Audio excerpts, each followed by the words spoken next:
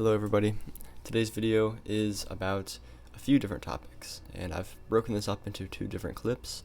The first of which is mainly going to highlight this idea of the white magician and how visualization is used to help greater planetary purposes. And then I'll jump into my thoughts before wrapping up with a short clip Ra states about contemplation. So before I dive into my spoken word, let's hear what Ra has to say. Questioner, will you recommend a technique of meditation? Ra, I am Ra. No. Questioner, is it better, or shall I say, does it produce more usable results in meditation to leave the mind as blank as possible and let it run down, so to speak, or is it better to focus in meditation on some object or something for concentration? Ra, I am Ra. This shall be the last full query of this work time. Each of the two types of meditation is useful for a particular reason. The passive meditation involving the clearing of the mind, the emptying of the mental jumble which is characteristic of mind-complex activity among your peoples, is efficacious for those whose goal is to achieve an inner silence as a base from which to listen to the Creator. This is an useful and helpful tool and is by far the most generally useful type of meditation as opposed to contemplation or prayer. The type of meditation which may be called visualization has as its goal not that which is contained in the meditation itself. Visualization is the tool of the adept.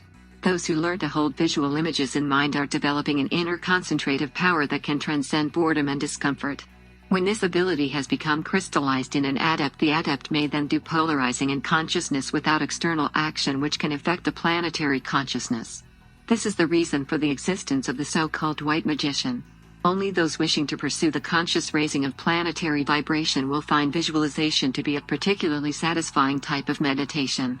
So I have found use in this clip because when I drift off to sleep trying to hold some visualized scene in my mind, I've recognized that oftentimes these scenes have underlying selfish intentions in the sense of I'm imagining myself on a vacation or basking in a bath of money, whatever it may be.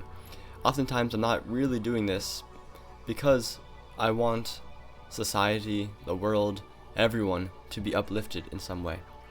And that's where I feel like Ra was calling me out. I would like to linger on this idea of using visualization for greater planetary purposes. An idea I've been thinking about a lot recently is the idea of free will and how ultimately we all must consent to whatever is happening to us. And let's take this to the absolute extreme and imagine that everything that is happening to us is because we have consented to it. Now, let's imagine that we all pass into the next life and we can reflect on everything that we've done here. And we can really see how everything operates behind the scenes. And maybe we come to find out that in order to bring world peace, all we really needed to do was to stand up, to tweet, to say aloud that I am consenting for world peace in this life. What if it's as easy as that? How often are we sitting back and passively letting this world dictate whatever it may be, and by not saying anything, by not standing for our own truths and coming to our own versions of what is right, we are seemingly allowing all of this to happen before our very eyes. So what do we do about this? Well, I've made videos in the past about how you can play a role in these global exchanges of trauma and grief and havoc. And to highlight that real quick is to go within and uncover where you have trauma, grief, and havoc within. And by removing those cobwebs within, and ideally they'll be projected out into the world and be manifested into these global affairs.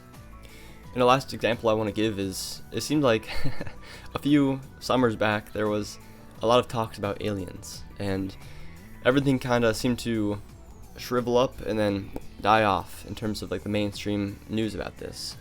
And I'm thinking like, well, maybe the aliens didn't come because I didn't give them consent to coming into this world. What if everyone here in this timeline or this existence just failed to give them consent in one way or another? Then what if that was multiplied by every single problem that is here in this world?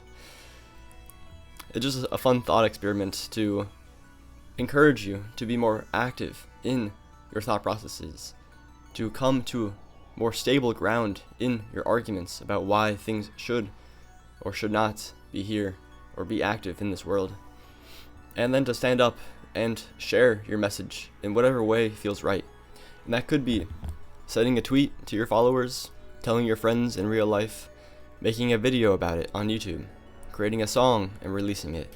Any form of creative expression that feels right. That is your way of channeling your message, and ideally, putting yourself in whatever timeline or world or existence is aligned with what you truly want. And in order to make sure that you understand yourself what you truly want, then recognize what your feelings are, because feelings speak louder than words. So to summarize, before I get back on topic with Ra's statement on contemplation, I'll say that recognize what your feelings are about each topic that is coming up in the news, or maybe not even in the news, and turn these feelings into some kind of channeled message that you can express creatively. And by doing so, you are ideally aligning yourself with others in some kind of timeline or existence that is aligned with that which you want in this world, whatever that may be. And hopefully, I will see you there. Contemplation or the consideration in a meditative state of an inspiring image or text is extremely useful also among your peoples, and the faculty of will called praying is also of a potentially helpful nature. Whether it is indeed an helpful activity depends quite totally upon the intentions and objects of the one who prays. So this last part, I won't linger too long on it, but it brings up ideas of religion. And there's a lot to be said in this topic, but I'll keep it limited to focusing on the intention. We have people that are always going to church, and they are very strict in their practice, whatever that may be. And ultimately, there's no hate to be thrown their way, because their intention is what matters. They're doing it in practices that we may question, but their intention is pure oftentimes. At least we hope so. And so no matter what form of practice, what technique you're using, what physical objects you're looking at or thinking about, ultimately recognize what your intention is. And I believe, I don't want to speak for Ra, but the idea is to ruminate on the power and the peace of the one infinite creator that we are all a part of. And as always, I wish you all the best. Thank you, thank you, thank you.